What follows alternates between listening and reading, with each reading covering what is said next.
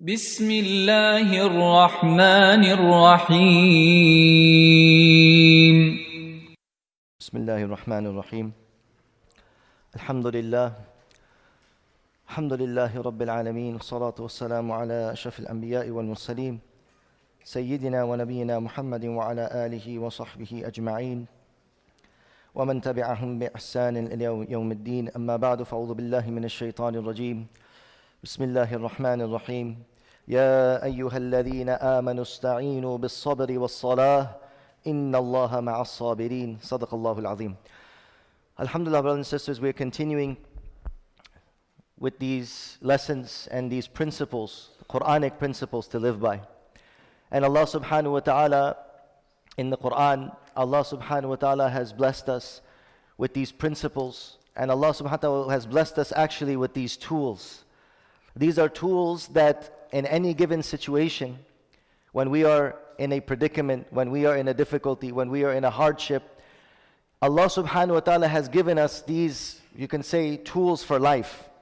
That in the situations that we might be in, and in the roadblocks that might come in life, and in the obstacles that we may face, Allah subhanahu wa ta'ala has said that if you follow this particular thing, if you adopt this practice, and if you do this, Allah subhanahu wa ta'ala will make a way out for you. And from amongst those, Allah subhanahu wa ta'ala in the second juz, He has given us this principle, that O you who believe, seek help, seek assistance in your struggles of life, in your difficulties of life, through patience and prayer.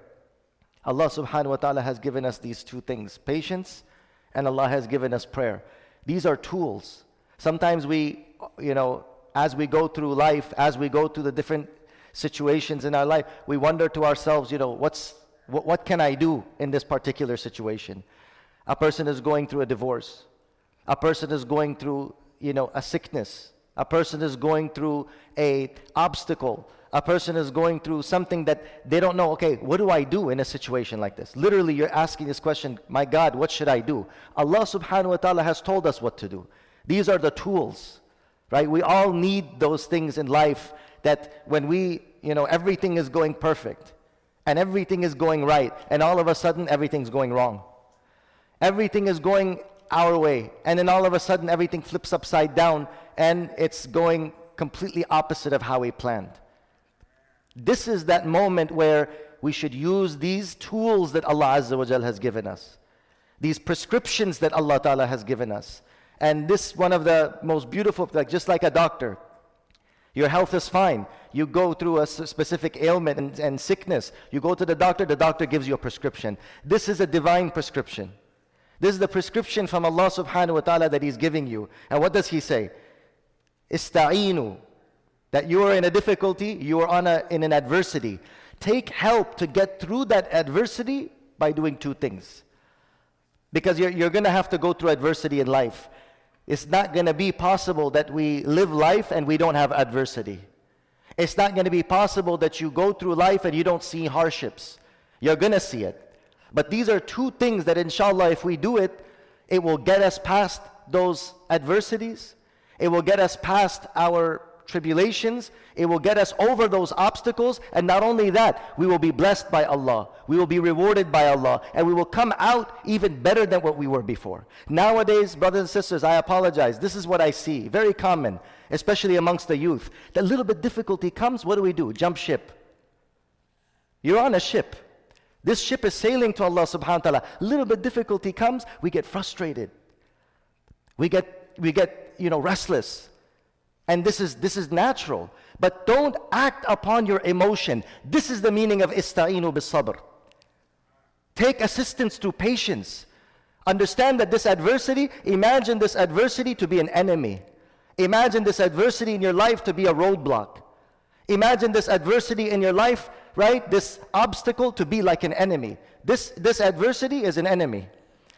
This obstacle that came your way, this hardship that came your way is an enemy. What are you going to do when the enemy comes face to face? Allah Ta'ala says, فَاثْبُتُوا إِذَا لَقِيتُمْ فِئَةً فَاثْبُتُوا. When you meet the enemy, stand firm. So these obstacles in life, imagine to be like an enemy, an adversary, somebody you gotta spar. It's your sparring partner. What are you gonna do? As soon as he puts his hands up, you start running to the corner? This is what we do in life. And I've seen this a lot with the youth, this new generation. Let me tell you how you can, inshallah, be able to go forward in life. You know, our previous, elders, subhanallah, our grandparents, they were in a marriage. Maybe they weren't so excited and so happy about it, but they would have patience and they would get through it. Maybe they were in a very, poverty-stricken situation. They lived with poverty, they lived with difficulty, they lived with hardship, they lived in wars. They lived through wars. They lived through being widows. They lived through being an orphan. My grandfather told me the story of when he became an orphan. He said, my father passed away when I was 7 years old. And I'm talking about like the 1930s in Afghanistan. I'm not talking about now. But I'm telling you how resilient these people were.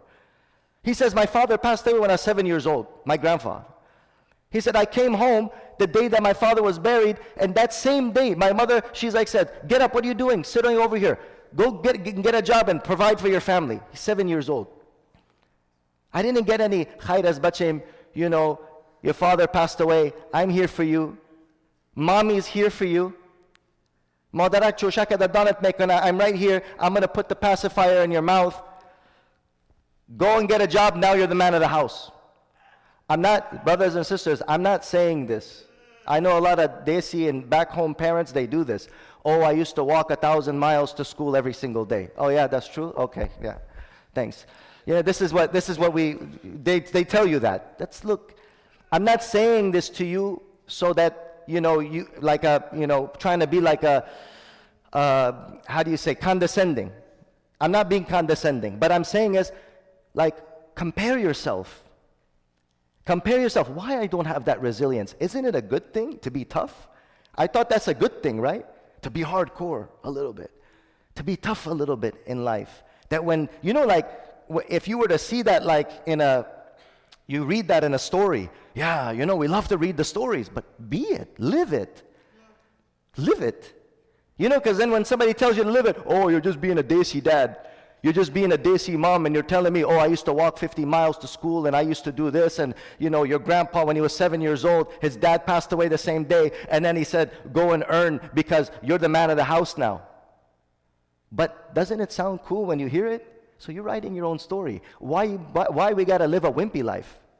Live a life. Be a person who stands up to adversity. But what's the way to do that though? Everybody says do it, but they don't tell you how to do it. I'm gonna tell you how to do it. What is patience? Allah says, Ista'inu bis-sabri was-salah. Adversity comes. Struggle comes. Difficulty comes. And now your emotions are telling you, jump ship. Your emotions are telling you, leave this marriage. Your emotion is telling you, leave studying. College is too difficult. The classes are too much. College is too difficult. Leave this job. This job is too hard. This boss is annoying. And in your life, you start becoming a jumper. You jump from school, and then you jump from school to work, and then you're working and you can't keep a job for more than 1 month, then you jump to another one because you don't have patience. Because you don't have patience, you can't do anything in life. You can't keep a job. You can't stay in school. You can't tolerate marriage. You can't live with another human being. And all you can do, subhanallah, is stay in your room for 10, 20 hours a day and play video games. Subhanallah, this is your nasib. I guarantee you this will be your destiny. You don't have patience in life. Uqsimu billah, I take qasam, this will be your destiny. What a story, subhanallah. Died playing Fortnite. Inna lillahi wa inna ilayhi raji'un. Right? Died, on his game bed, not even deathbed. On his game bed. Right? So the reality of this, my dear brothers and sisters, is what is making us do that is that when any obstacle comes, and when any difficulty comes, understand that Allah is rewarding you for that.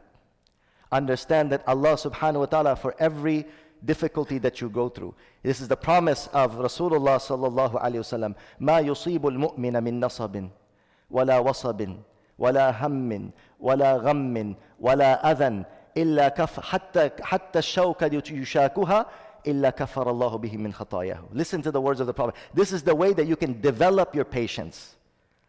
How do I have patience? This is the way you develop your patience. The people of the past, let me tell you what they had. They had no choice. They're going to get smacked up. You either get beat up or you go to work. You get a choice. We can't do that now. Would be nice, but we can't, you know? Sometimes just a smack across the head does the job, but you can't do that now. That's what they had in those days. It's like either you go work or you starve. Either you work or you starve. Either you go and you gotta get on the streets, hit the roads, hustle something, do something, sell some, combs and sell some napkins on the roads. This is what the kids on the street do. I saw when I was in Mecca, there's like a little 7-year-old kid selling napkins. He has no choice. Either he has to do that or he has to starve. We don't have that. It's like either we're going to do it or we're going to just sit home and my dad's going to do it. Which one am I going to do? Dad. I'll take the dad option. Either I'm going to go and work or my dad's going to feed me. Either I'm going to go and work or my mom is going to continue to cook for me at home. There's no starvation. There is no consequence. So the people of the past, why they were more resilient? There was no consequence. But now for us, for me and you, for everybody, all of us, what we are going through, this is what we need to remind ourselves. Is that if I don't do this, I will develop that habit that later on in my life, I am going to be a breadwinner. I am going to be a husband. I am going to be a wife. I am going to be a mother. I am going to be a father. I am going to have to support a family. And guess what? Difficulties are going to come. Hardships are going to come. And this new generation, it's ajib. Difficulty comes, they ghost you. There was one student, he came up to me, he said, Sheikh, I just wanted to tell you that I might not be able to do this and that, and I might not be here, so I'm just informing you.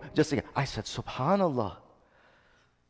Gen Z is actually did not ghosting me, telling me that he might not be there. They just don't appear. They just don't come.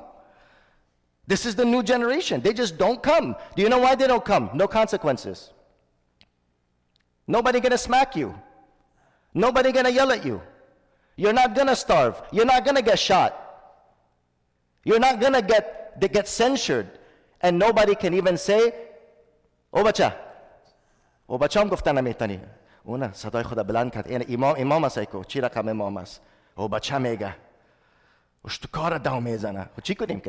He's jumping from one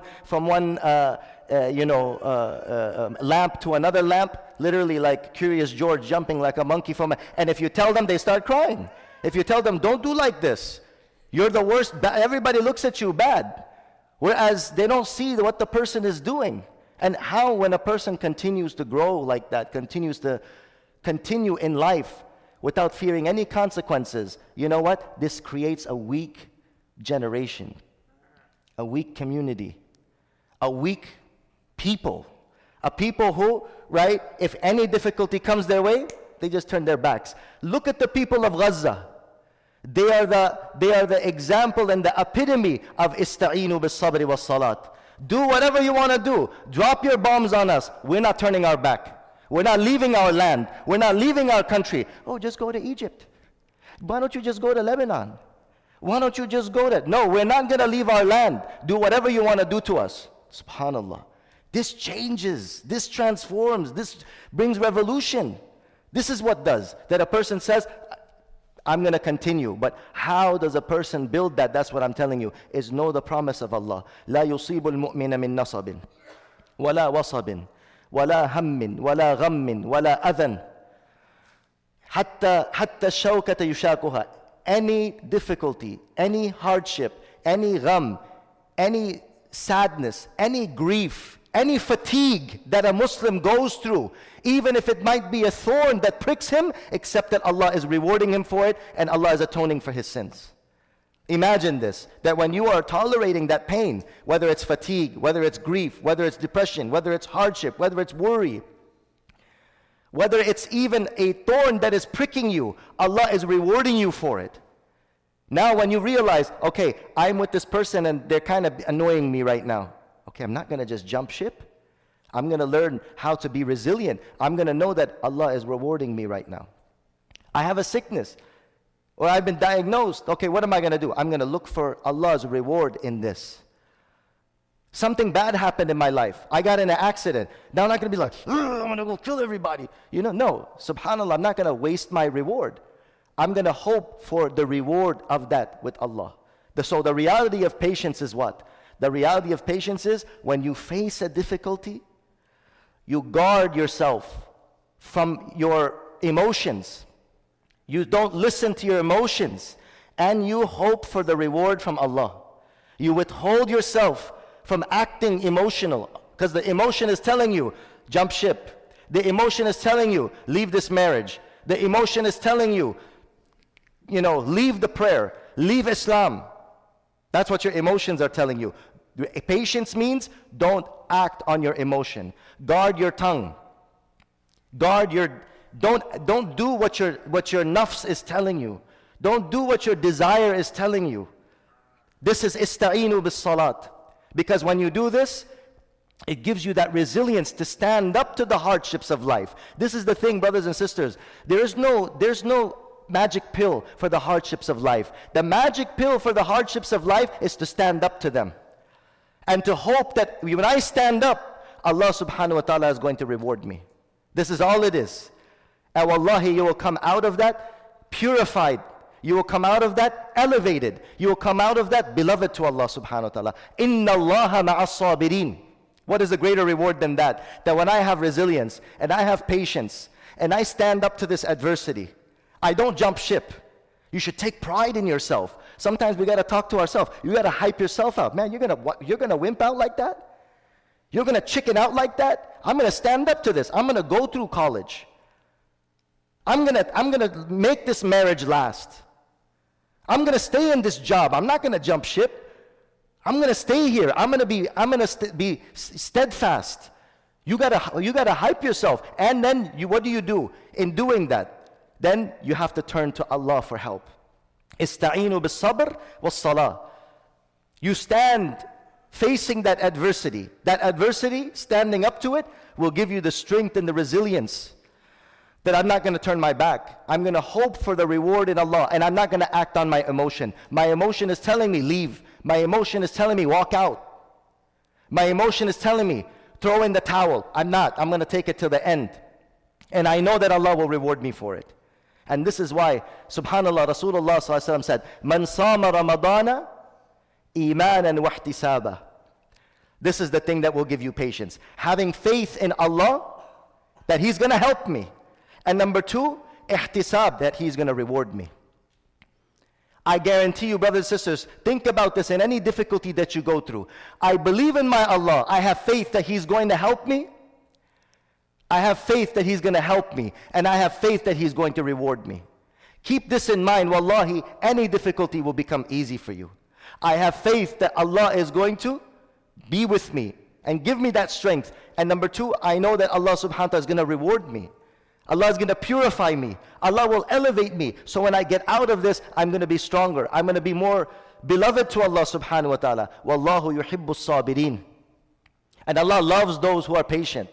I'm going to come out of this with Allah's mahabbah. I'm going to come out with this with Allah's love. And then what will even help us even more? وَاسْتَعِينُوا بِالصَّبْرِ وَالصَّلَاةِ.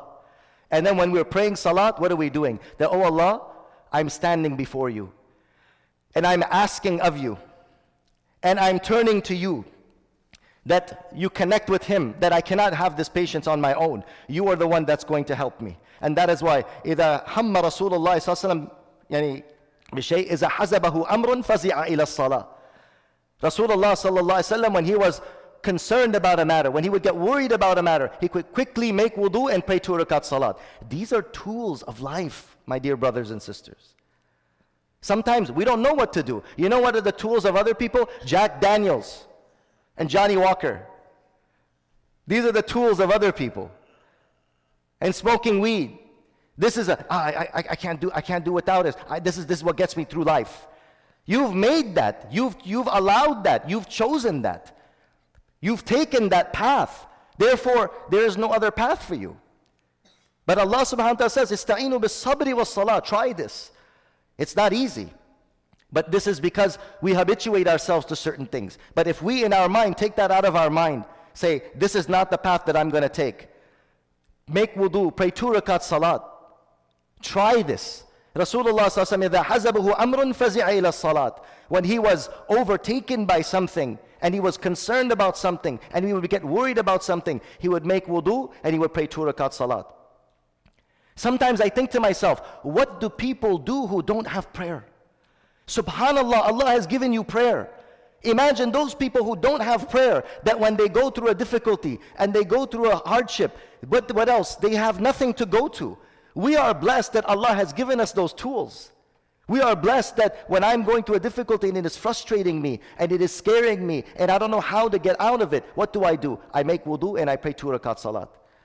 And Rasulullah sallallahu alaihi wasallam has said, Salatul Haja, and the dua of Haja, that anyone who has any Haja, anyone who has any difficulty or predicament in his life, he makes wudu. He prays 2 rakat salat, nafil, and at the end of it he reads this dua. La ilaha illallah al-halim al-kareem. Subhanallah rabbil arsh al-azim. Walhamdulillahi rabbil alameen. As'aluka mujibati rahmatik. Wa azaima maghfiratik. Wal ghanimata min kulli bir. والسلامة من كل إثم اللهم لا تدع لي ذنبا إلا غفرته ولا هما إلا فرجته ولا دينا إلا قضيته ولا حاجة من حوائج الدنيا والآخرة إلا قضيتها ويسرتها يا أرحم الراحمين. The Prophet ﷺ said, any haja that a person has, any difficulty that a person has, and he does this prayer, oh Allah, fulfill my need. You don't even need, I'll give this to you. If you read the dua of the Prophet ﷺ, the duas of the Prophet are miraculous. Wallahi al-azim, it will increase your faith.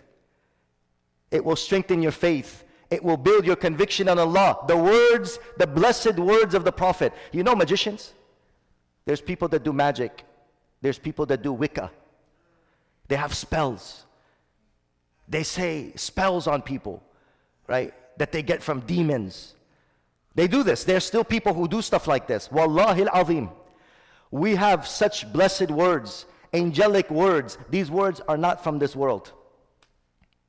Some people ask me, can I read these du'as in English? I said, absolutely you can. But the words that the Prophet said, they're not from this world. They are not from this world. Your problems that are worldly, they can't be solved by worldly solutions. These worldly things, they need divine solution. Our worldly problems, it cannot be solved by worldly solutions. These are decrees of Allah, actually. Some of the predicaments that come, we don't have any control over it. They're not worldly. They're afterworldly. These are circumstances. These are our decrees. The only way that can change is the one who brought it upon us. That's the only way. Learn these. Because these words are so blessed.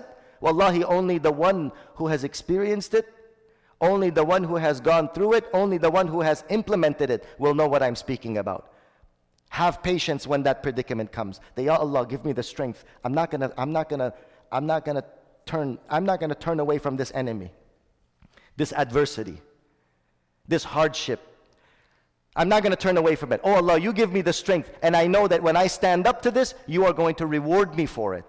Because there is no difficulty that a believer goes through, whether it might be a difficulty, a hardship, a grief, a depression, a fatigue, a worry, even if it might be a thorn. Your Prophet has promised, this is more than a thorn. I'm going through really hard time here, but I know that you're going to reward me. And then make wudu, pray 2 rakat salat, and see, wallahi, how Allah subhanahu wa ta'ala will flip your circumstances. My dear brothers and sisters, I don't want to talk about myself sitting here, but more than the times that I can even mention, innumerable amount of times, Allah subhanahu wa ta'ala, to the barakat of dua, and to the barakat of salat, and to the barakat of patience, Allah subhanahu wa ta'ala has turned around things in my life that I could not even imagine. Allah will show you that things will turn around in your life in such a way that you could not imagine. And I'll tell you another thing. When you go through a difficulty and hardship in life, you could sit there and moan and groan about it.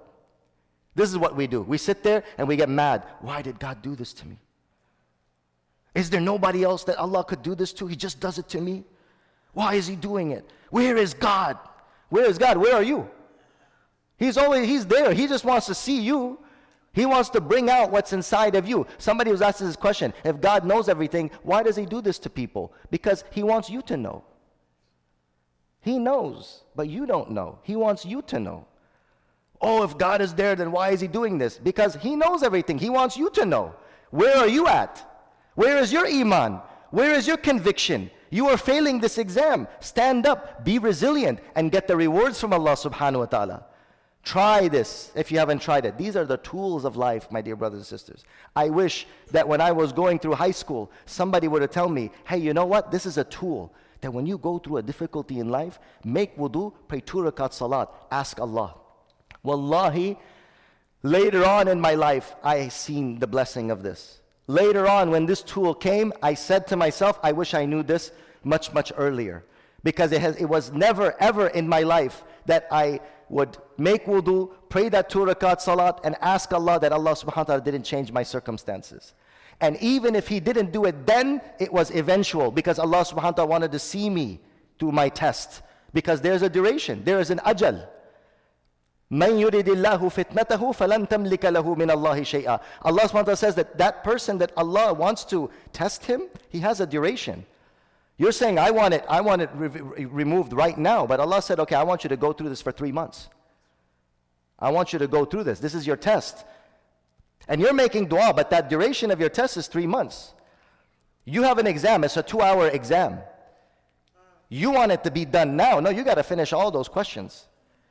I give you got to go through this. Some of our exams are longer than others. But my dear brothers and sisters, these tools, as-sabr was-salat. Wallahi, we see this in front of our eyes with the people of Gaza, with our brothers and sisters. Look at them in their sabr.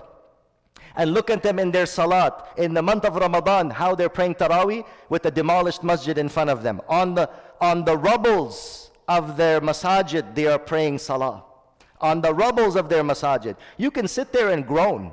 You can sit there and become bitter. You can sit there and hate Allah. Guess what? You're going to fail. You're failing your exam. And you're failing as a human being. You're failing just as a human being. Which human being is better? The one who stands up and say, you know what? I'm going to fight another day. I'm gonna get through this. I'm not gonna sit back. I'm not gonna jump ship. I'm gonna face this enemy. I'm gonna face this adversity. I'm gonna face this sickness. I'm gonna face this problem in my life, and I'm not gonna step back. I'm not gonna turn my back. Which one is better, even as a human being? Forget being a believer. Let's just say there's a human being, right? He doesn't believe in God.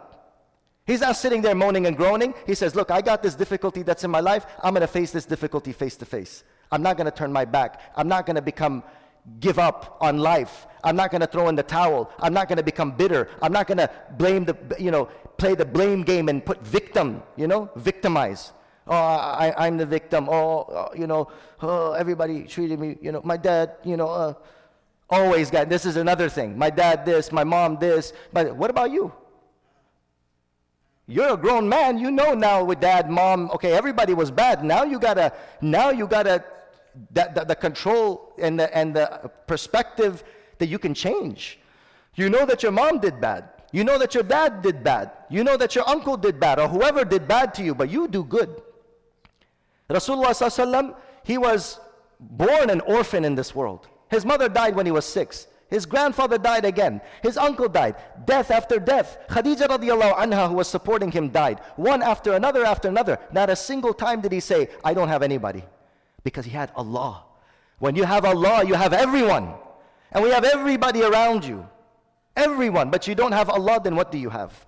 So this is one of the greatest tools of life, brothers and sisters, as-sabr was-salah. May Allah subhanahu wa ta'ala give us tawfiq that we implement this in our lives. That when we have a predicament and we come to an adversity, we say, we're not going to turn our back. I'm going to go through this. And I know that Allah will reward me for this. And I'm going to make 2 rakat salat, make wudu, 2 rakat salat, ask Allah, and you will see how every predicament, subhanallah, will turn in your favor. Wa akhiru da'wana alhamdulillahi rabbil alameen. Subhanakallah wa bihamdika.